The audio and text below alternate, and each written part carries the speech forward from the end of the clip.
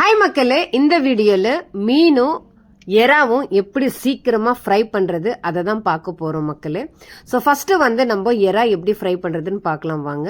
1/2 kilo எறா நல்லா பெரிய பெரிய எறாவை எடுத்திருக்கேன். க்ளீன் பண்ணி வாஷ் பண்ணி வச்சுக்கிட்டேன். ஸோ ஒரு பேன் எடுத்துக்கிட்டேன். அந்த பேன் நல்லா சூடாயிட்ட பிறகு 3 டேபிள் ஸ்பூன் அளவுக்கு பார்த்தீங்கன்னா நான் எண்ணெய் எடுத்துக்கிட்டேன். ஸோ அதில் பார்த்தீங்கன்னா 1.5 டேபிள் ஸ்பூனுக்கு இஞ்சி பூண்டு பேஸ்ட் அதாவது விழுது எடுத்துக்கிட்டேன். ஸோ இப்போ அலசி வச்சிருக்கிற எறா இதுல போடுறேன். ஸோ இது போட்டுட்டு ஏன் இந்த இஞ்சி பூண்டு பேஸ்ட்ல இந்த எறா போடுறோம் அப்படின்னா, இந்த எறால பச்சை ஸ்மெல் இருக்கும், கவுச்சி ஸ்மெல் இருக்கும். ஸோ இந்த இஞ்சி பூண்டு கடுத்து இது போட்டு நம்ம நல்லா மிக்ஸ் பண்ணோம்னா அந்த ஸ்மெல் எல்லாமே கம்ப்ளீட்டா போயிடும். அடுத்து பாத்தீங்கன்னா ஒரு 1/2 டேபிள் ஸ்பூனுக்கு மஞ்சத்தூள் போட்டோம்னா ஸோ சுத்தமாவே அந்த ஸ்மெல் இல்லாம இருக்கும். ஸோ தேவையான அளவுக்கு பாத்தீங்கன்னா அடுத்து உப்பு ஆட் பண்ணிக்கோங்க. ஸோ உப்பு ஆட் பண்ணிட்டு பிறகு லைட்டா மிக்ஸ் பண்ணிக்கோங்க. ஸோ மிக்ஸ் பண்ணிட்டு பிறகு இதுல மூடி வச்சிருங்க. 10 நிமிஷம் பாத்தீங்கன்னா நல்லா வேகட்டும்.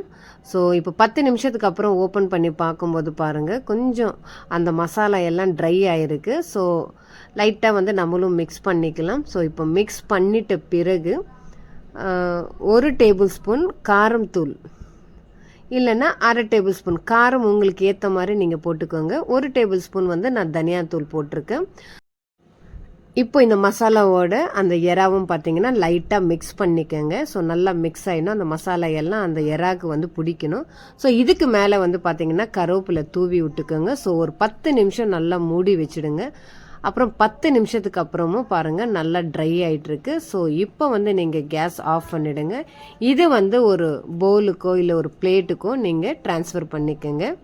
ஸோ சுவையான எறா ஃப்ரை ரெடி. ஸோ மேலோட்டம் பார்த்தீங்கன்னா கொத்தமல்லினா தூவிக்கிட்டேன்.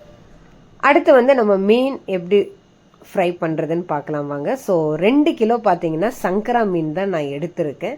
ஸோ இதை நல்லா க்ளீன் பண்ணிக்கிட்டு நல்லா வாஷ் பண்ணி நான் எடுத்து வச்சிருக்கிறேன். ஸோ நடுவில் பார்த்தீங்கன்னா இதில் கீர் போட்டிருக்கேன். ஏன்னா இந்த கீர் அதாவது இந்த மாதிரி கட் பண்ணி வச்சாதான் நம்மளுக்கு மசாலா இந்த மீனுக்குள்ளே போகும். ஸோ இப்போ பார்த்தீங்கன்னா 1.5 டேபிள் ஸ்பூன் அளவுக்கு பார்த்தீங்கன்னா இஞ்சி பூண்டு விழுது எடுத்திருக்கேன். 1 டேபிள் ஸ்பூன் காரம் எடுத்திருக்கேன். 2 டேபிள் ஸ்பூன் தனியாத்தூள் எடுத்திருக்கேன். 1/2 டேபிள் ஸ்பூனுக்கு மஞ்சள் எடுத்திருக்கேன். அப்புறம் தேவையான அளவுக்கு பார்த்தீங்கன்னா உப்பு எடுத்திருக்கேன். ஃபிஷ் ஃப்ரை மசாலா ஒரு டேபிள் ஸ்பூன் எடுத்திருக்கேன். அடுத்து பார்த்தீங்கன்னா ஒரு லெமன் நல்லா பிழிஞ்சு விட்டுக்கிறேன். ஸோ இந்த மசாலாவும் அந்த மீனும் பார்த்தீங்கன்னா நல்லா மிக்ஸ் பண்ணி ஒரு 3 மணி நேரம் ஊறுறதுக்காக அப்படியே வச்சிடுறேன். ஸோ அப்போ தான் அந்த மசாலா எல்லாம் அந்த மீனில் இறங்கும். இப்போ 3 மணி நேரம் ஆயிடுச்சு.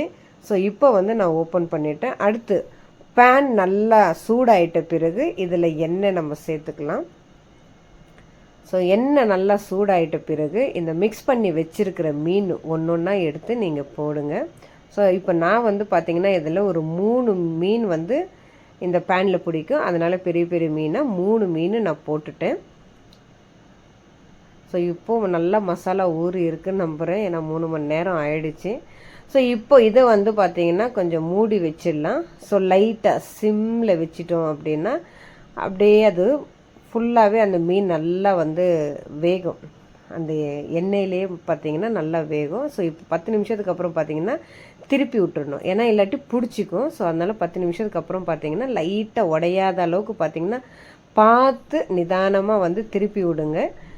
ஸோ இப்போ 10 நிமிஷத்துக்கு அப்புறம் பார்த்தீங்கன்னா திருப்பி இந்த சைடும் வெந்துடுச்சு. ஸோ இதை எடுத்து ஒரு பிளேட்டில் மாற்றிக்கங்க. ஸோ கார்னிஷுக்கு மேலோட்டமாக பார்த்தீங்கன்னா ஒரு கொத்தமல்லி நான் போட்டுக்கிட்டு சுவையான ஃபிஷ் ஃப்ரை ரெடி. அப்புறம் எறா ஃப்ரையும் ரெடி.